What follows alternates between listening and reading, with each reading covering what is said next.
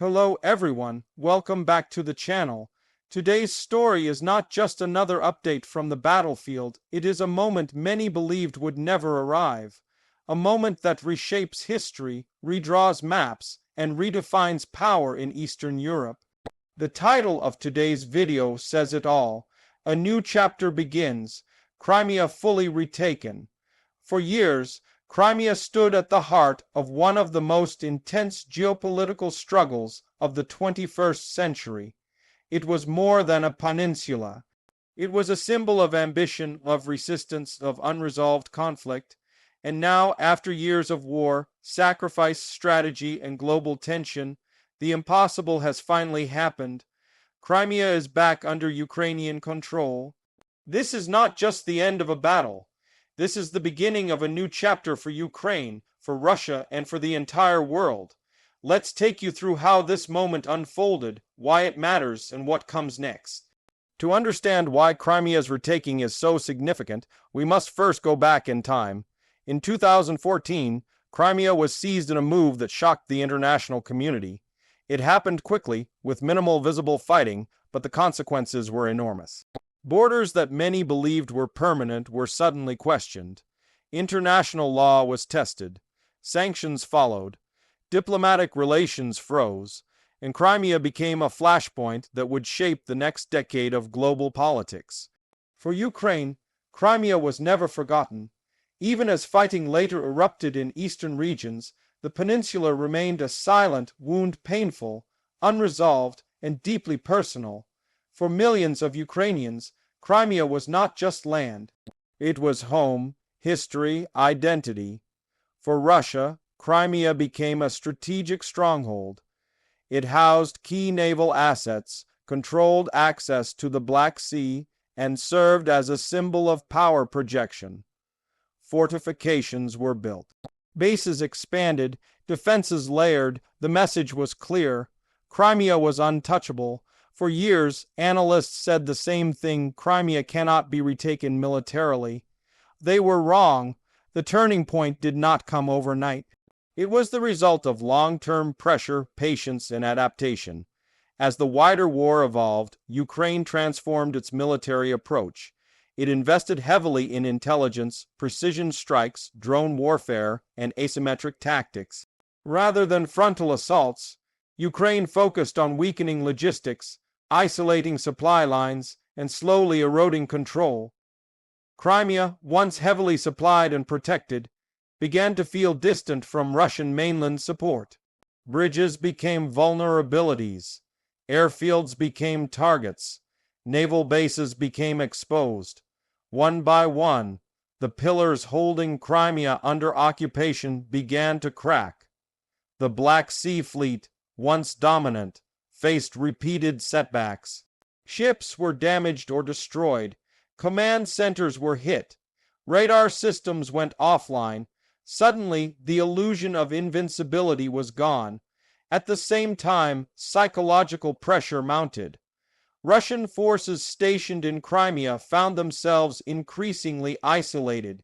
Supplies became harder to move, morale dropped, the sense of security vanished. This was not just a military campaign, it was a war of endurance. As months passed, something remarkable happened. Local resistance grew bolder. Intelligence leaks increased. Coordination between frontline operations and behind the lines activities became more effective.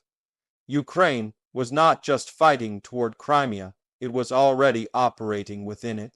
Precision strikes intensified. Air defense systems were overwhelmed.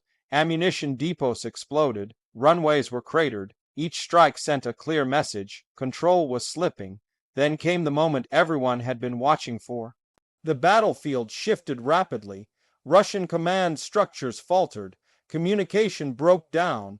Units began withdrawing, not in organized formations, but in fragments.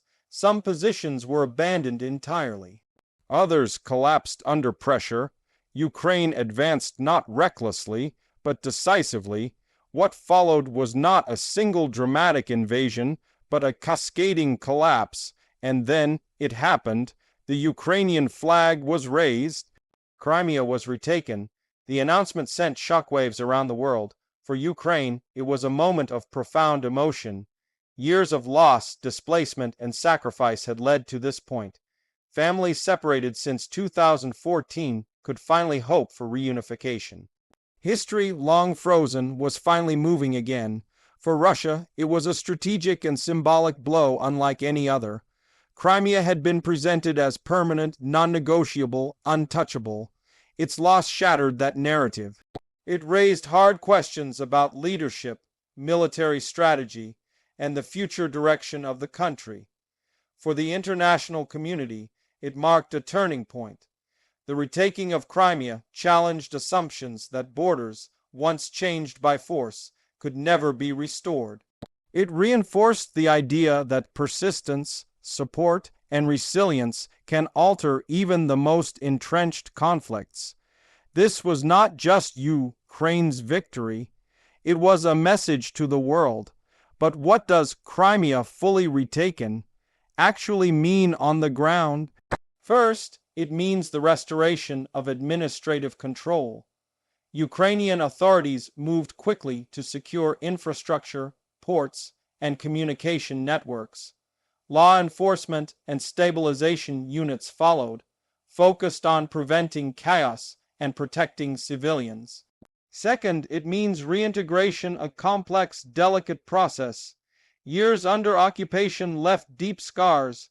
Legal systems, property records, and governance structures must be rebuilt carefully. Trust must be restored. Voices that were silenced must be heard again. Third, it means security. Crimea remains strategically vital. Ukraine now faces the challenge of defending the peninsula while preventing renewed escalation. Fortifications, surveillance, and international cooperation will play key roles in ensuring Crimea remains secure. This is not the end of responsibility, it is the beginning of it. The military lessons of Crimea's retaking will be studied for decades. It proved that modern warfare is no longer about sheer numbers alone. Precision, intelligence, adaptability, and resilience can overcome even heavily fortified positions. It demonstrated the power of drones, cyber capabilities, and real-time intelligence sharing. It showed that morale matters not just among soldiers, but across entire societies. And perhaps most importantly, it reminded the world that wars are not frozen forever. Even conflicts that seem permanent can change.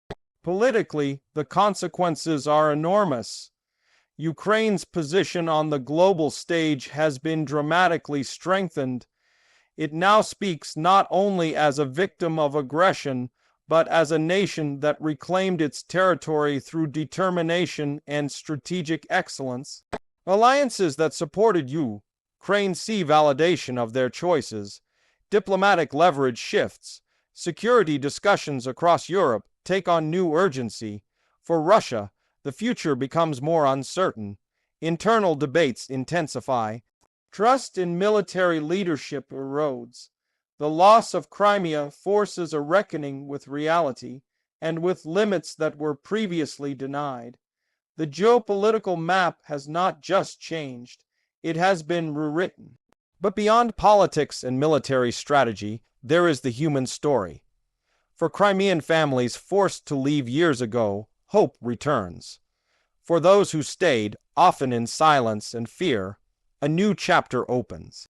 Schools will teach history freely again. Media can speak without censorship. Cultural identity can be expressed without punishment. These are not abstract concepts. They are lives reclaimed. Of course, challenges remain. Rebuilding will take time. Healing will take longer. The wounds of war do not disappear overnight. Justice, accountability, and reconciliation will be difficult but necessary steps.